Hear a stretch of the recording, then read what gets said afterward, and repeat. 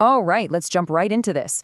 We all have that picture in our heads, right? Vikings, fierce warriors, long ships cutting through the mist, epic raids.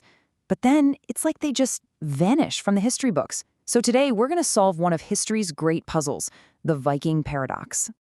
I mean, this is the big question. How does a group of people who terrified all of Europe, a culture so dominant that entire kingdoms prayed to be saved from their fury, just fade away?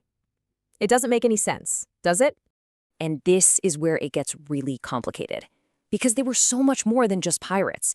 These were innovators, master sailors, founders of entire cities. So if they were that successful, that good at what they did, why did their time on top come to such a sudden stop? Let's unpack it. To figure out where they went, we first have to go back to the beginning and understand who they were when they burst onto the scene. And for most of Europe, that first impression was pure, absolute terror coming right from the ocean. It all kicks off in the year 793. A group of Vikings hits the holy monastery of Lindisfarne in England. Now, this wasn't just a robbery. It was an attack on a sacred Christian site. And the shockwave of fear from that one raid spread across the entire continent. It instantly cemented their reputation, and just like that, the Viking Age had begun.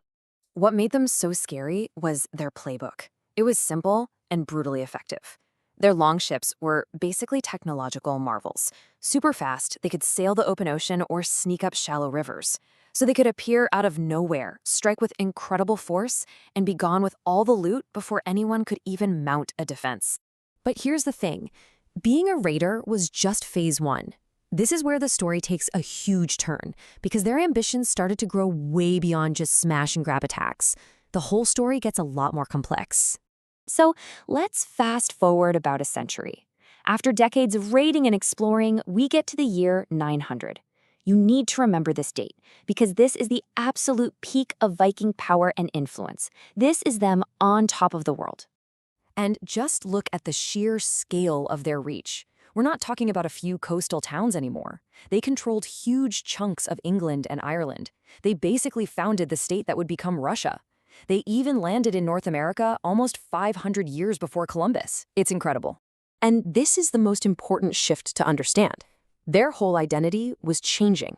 They weren't just showing up to steal things anymore. They came to conquer, and they came to stay. They put down roots, they built cities.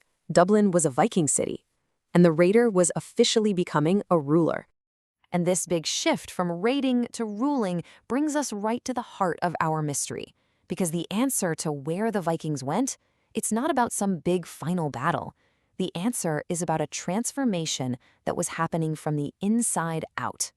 The key to this whole puzzle is one single word: assimilation. See, as the Vikings settled down in all these new places, they were surrounded by different cultures, different religions, different ways of doing things. And slowly, but surely, they started to change. And this change happened across the board. First, they started converting to Christianity. That completely changed their worldview and plugged them into the rest of Europe. Then they started adopting European political systems, feudal laws, because that worked better for governing land. And finally, their day-to-day lives changed. Raiding was replaced by the steady rhythm of farming. This comparison just lays it all out so clearly. Look at the contrast. Worshipping Odin and Thor, that was replaced by the Christian God. A life built around the longship was replaced by a life built around the farm. The very foundations of what it meant to be a Viking were being replaced by something new. So with this huge internal change already happening, we get to the year that most historians point to as the end of the line. There's a famous battle, sure, but it's really more of a symptom of the end, not the cause. So let's look at the whole arc. It begins in 793. It peaks around 900, and it comes to a symbolic close in 1066. What happened that year? A Norwegian king, who was, for all intents and purposes, a Viking, invaded England and was defeated at the Battle of Stamford Bridge. That's pretty much the last great Viking invasion. The thing is, by then, the Viking world had already moved on. Okay, so we've seen the rise, the expansion, and the deep internal changes. We can finally put all the pieces together and solve the Viking paradox. The big secret is, they weren't really defeated. They weren't wiped out in some epic, fiery last stand. In a strange way, they won. They were so good at integrating into the places they conquered that their unique Viking identity, just dissolved. They became the Normans in France, the Rus in Russia, the ancestors of people all over England and Ireland. They literally became the people they used to raid. And this quote just sums it up perfectly. The end of the Viking Age wasn't an extinction event. It was an evolution.